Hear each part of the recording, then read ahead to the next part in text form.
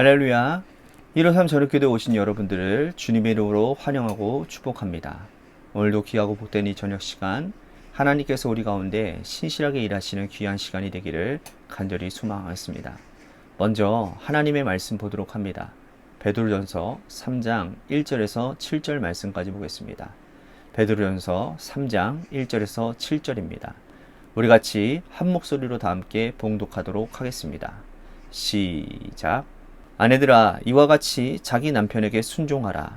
이는 혹 말씀을 순종하지 않는 자라도 말로 말미암지 않고 그 아내의 행실로 말미암아 구원을 받게 하려 함이니 너희의 두려워하며 정결한 행실을 봄이라. 너희의 단장은 머리를 꾸미고 금을 차고 아름다운 옷을 입는 외모로 하지 말고 오직 마음에 숨은 사람을 온유하고 안정한 심령에 썩지 아니할 것으로 하라. 이는 하나님 앞에 값진 것이니라. 전에 하나님께 소망을 두었던 거룩한 부녀들도 이와 같이 자기 남편에게 순종함으로 자기를 단장하였나니 사라가 아브라함을 주라 칭하여 순종한 것 같이 너희는 선을 행하고 아무 두려운 일에도 놀라지 아니하면 그의 딸이 된 것이니라. 남편들아, 이와 같이 지식을 따라 너희 아내와 동거하고 그를 더 연약한 그릇이요 또 생명의 은혜를 함께 이어받을 자로 알아 귀히 여기라. 이는 너희 기도가 막히지 아니하게 하려 함이라. 아멘. 고난의 시기를 견디기 위해서 여러 가지 요소들이 필요하지만 그 중에 가장 중요한 것이 있다면 아마 내적인 단단함일 것입니다. 내적으로 견고하지 않고 단단하지 않으면 다가올 그 고난을 견뎌낼 재간이 없는 것이죠.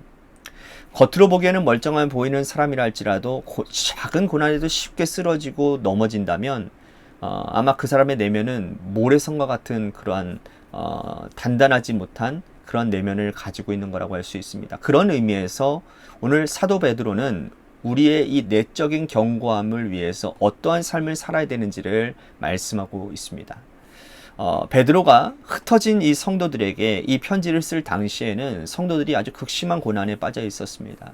예수 믿는 사람들이 목숨을 내어놓지 않고서는 믿음 생활하기가 힘든 시기였어요. 이때 당시에는 로마가 아직 기독교의 공인이 되지 않았기 때문에 황제 숭배가 자행되어졌고, 그래서 황배에게 무릎을 꿇지 않고 절을 하지 않는 자들은 모조리 다 잡아다가 옥에 가두고 비참하게 죽이는 그런 일들이 일어났었어요. 그러니까 베드로는 이러한 고난 가운데, 극심한 고난 가운데 실망하고 또 신앙을 내려놓는 그런 성도들이 많아지고 있었거든요. 이런 상황 가운데 영적인 견고함을 유지하기 위해서 최소 단위인 가정 생활이 어떠해야 되는지를 우리 베드로 사도가 설명하고 있습니다. 가정이 견고하고 부부 관계가 튼튼하다면 어떤 외적인 고난도 견딜 수 있고 그 고난을 이겨낼 수 있는 그러한 건강함을 가질 수 있기 때문이라는 거죠. 베드로는 아내들과 남편들에게 고난의 시기를 살아갈 지혜를 설명하고 있습니다. 1절 말씀 보겠습니다. 아내들아, 이와 같이 자기 남편에게 순종하라. 이는 혹 말씀을 순종하지 않는 자라도 말로 말지 않고 그 아내의 행실로 말미암아 구원을 받게 하려 함이니. 우선 아내들에게 남편에게 순종하라고 말씀을 합니다. 신앙을 가진 분들은 하나님께 순종하는 것은 당연한 것이라고 여겨요. 하나님께서 하시는 말씀이 상식과 논리와 부합되어지지 않는다 할지라도 하나님의 말씀이기 때문에 당연히 순종해야 한다고 배웠던 거죠. 아브라함이 그 아들 독자 이삭을 모리아 어느 한 산에 가서 번제로 드리라는 그 하나님의 말씀 앞에서 이해할 수 없었지만 순종을 당연히 여겼고 이것이 후대의 성도들에게 귀감이 되었던 거죠. 그런데 남편에게 순종하라? 이것은 자존심 상하는 일이고 또한 받아들이기가 쉽지 않은 영역이기도 합니다. 그러나 1절 말씀 끝부분에 보면 구원을 위해서 순종하라고 말씀을 하는 거예요.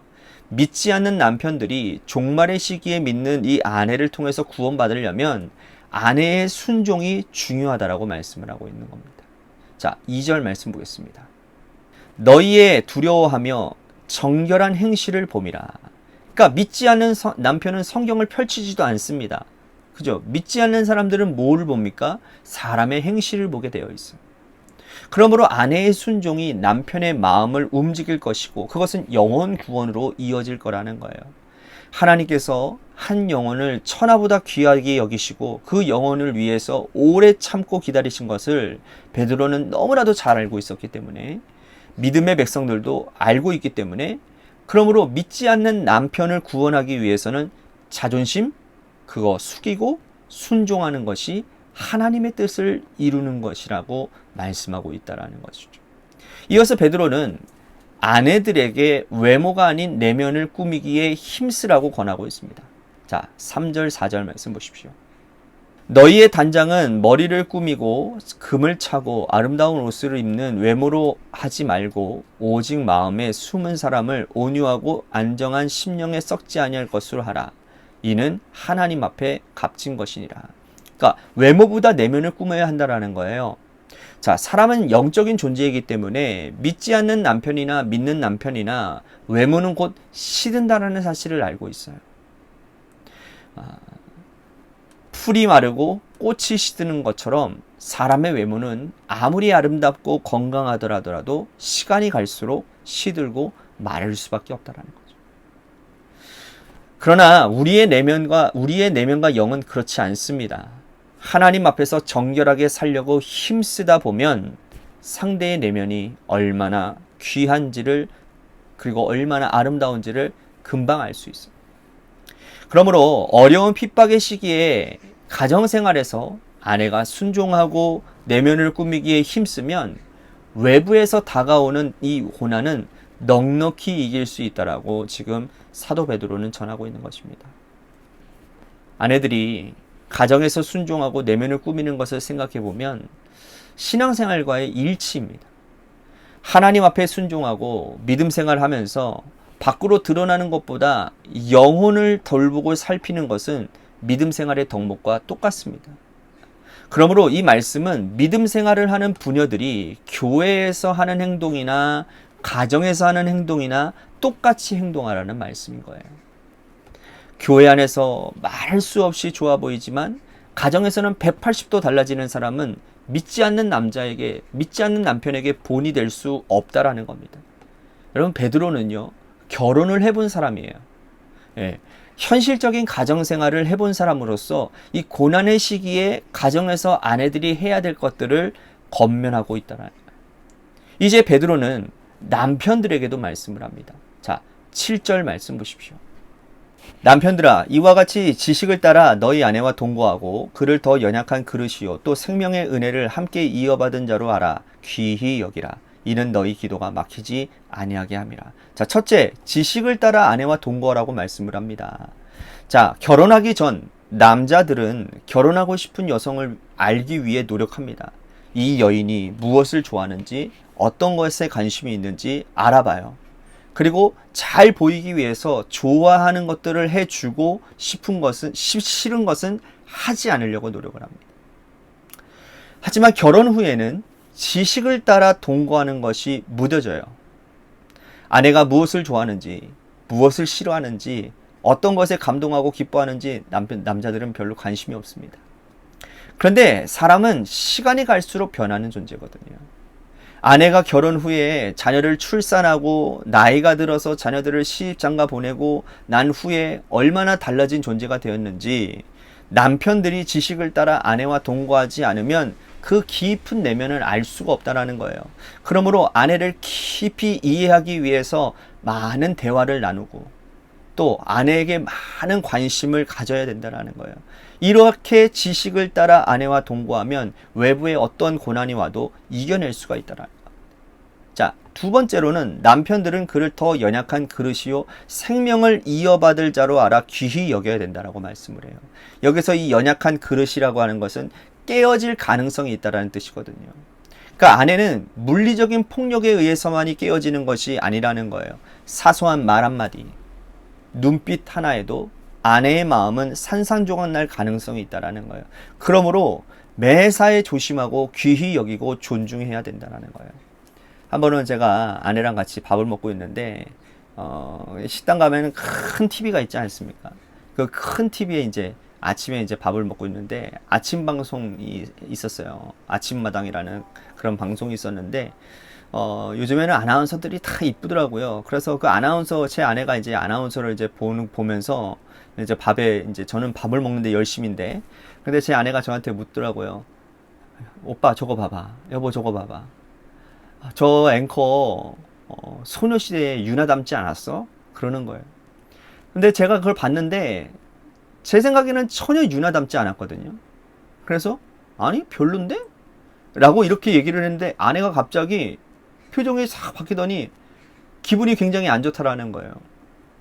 아니 나는 그냥 내 생각을 말했을 뿐인데 아내는 기분이 안 좋다라는 거예요. 왜냐? 당신 표정이 그렇다라는 거예요. 아 그렇구나. 표정 하나에도 사소한 이 표정 하나에도 아내의 마음이 이렇게 무너질 수 있는 것. 그런 것 같습니다. 매사에 조심하고 귀히 여기고 존중해야 된다는 것을 그래서 오늘 말씀을 준비하면서 좀 깨닫게 된 것 같아요. 여러분 아내의 마음이 무너지고 깨어지면 가정에 큰 구멍이 뚫리게 됩니다. 자녀들을 돌보는 아내가 무너지게 되면 여러분 자녀들의 양육을 돌봄을 누가 감당할 수 있겠습니까? 세상에서 밀려오는 파도를 아내가 견디지 못하면 여러분 가정이 무너지는 것은 한순간입니다. 남편들이 아내를 귀히 여겨야 하는 또 다른 중요한 이유는 뭐냐? 기도 응답 때문이라고 말씀을 해요.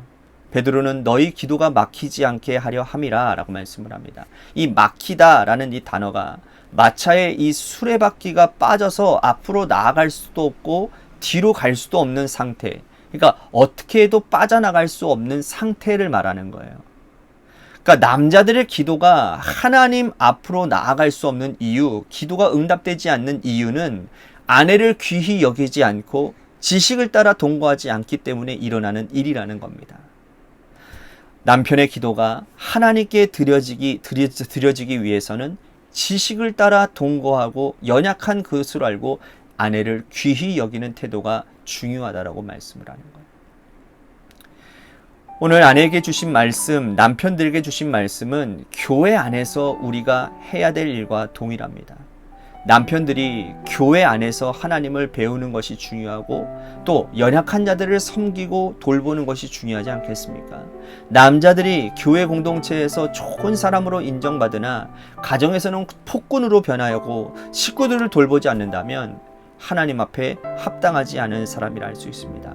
아내이든 남편이든 신앙생활과 가정생활이 일치해야 된다는 이 베드로의 이 말씀을 여러분들 꼭 기억하시고 오늘 외적인 핍박과 고난을 이 가정의 견고한 사랑으로 이기고 승리할 수 있다는 사실을 여러분들이 꼭 기억하시고 여러분들 가정생활 승리하는 은혜가 있으시기를 축복하겠습니다. 오늘 말씀 생각하면서 우리 같이 기도했으면 좋겠습니다. 아내는 남편을 사랑하고 순종하여 세상의 시험을 넉넉히 이기게 하여 주옵소서. 남편은 아내를 존중하고 사랑하여 모든 기도의 응답을 받는 은혜가 있게 하여 주시옵소서라고 말씀 생각하면서 기도했으면 좋겠습니다. 또한 교회를 위해서 간절히 기도합시다. 하나님이 세워주신 주님의 몸된 교회, 하나님을 기쁘시게 이웃을 행복하게 하는 그런 교회가 되게 하여 주시옵소서. 또한 우리 지민석 형제님을 위해서도 간절히 기도해 주시기를 바랍니다. 모든 회복의 과정과 또 수술 과정 가운데 하나님의 은혜가 있게 하시고 권사님, 지다영 권사님의 기도에 하나님 응답하셔서 사랑하는 남동생이 다시 주님을 믿는 믿음이 회복되어지는 역사가 있게 해달라고 우리 같이 기도했으면 좋겠습니다. 마지막으로 여러분들의 삶의 자리와 여러분들의 자녀들을 위해서 기도하시다가 돌아가시기를 바랍니다. 노래 끝날 때까지 우리 같이 합심하여 기도하도록 하겠습니다. 기도하시겠습니다.